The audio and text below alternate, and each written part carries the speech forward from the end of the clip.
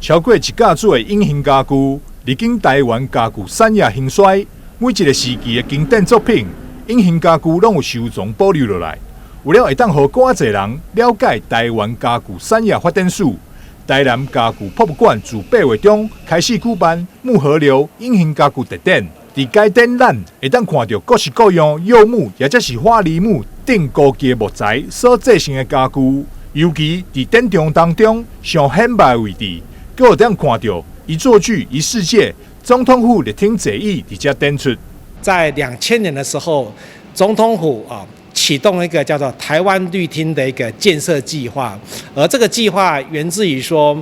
在国际友人拜访台湾、拜访总统府的时候，在短暂的停留时间，能够有一个非常美好的对台湾的一个认识。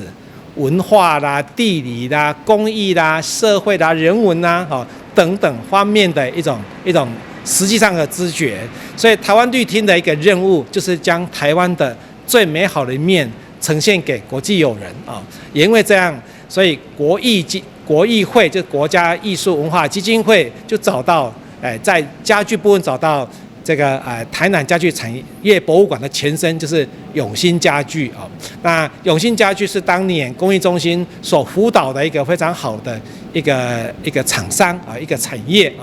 啊。经过这样的媒合之后，就将民国85年所发展出来的这个大气天生的客厅座椅为一个雏形，演化出今天我们在电视荧幕上看到的总统府绿厅接待国际友人的这些桌子跟椅子。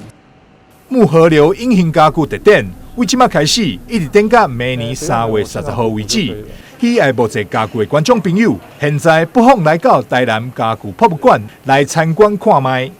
台南新闻张硕维采访报道。